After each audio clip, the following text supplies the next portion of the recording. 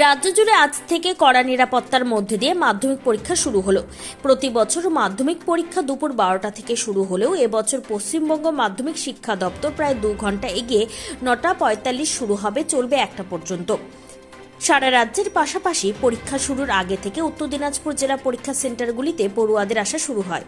এবছর উত্তর দিনাজপুর জেলায় মোট পরীক্ষার্থীর সংখ্যা 32,092 জন, যার মধ্যে ছাত্রের সংখ্যা 11,539 জন এবং ছাত্রীর সংখ্যা 20,553 জন রয়েছে। জেলায় মোট মেন ভেন্যু 20টি, সাব ভেন্যু 74টি।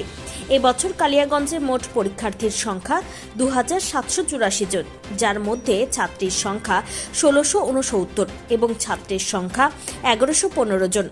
কালিয়াগঞ্জে মোট ভেন্যু 9টি, যাতে কোনো অপ্রীতিকর ঘটনা না ঘটে তার জন্য সিসিটিভি ক্যামেরার নজরদারি চালানো হচ্ছে। শান্তিপূর্ণভাবে মাধ্যমিক পরীক্ষা সম্পন্ন হয় তার জন্য সব ধরনের ব্যবস্থা নেওয়া হয়েছে।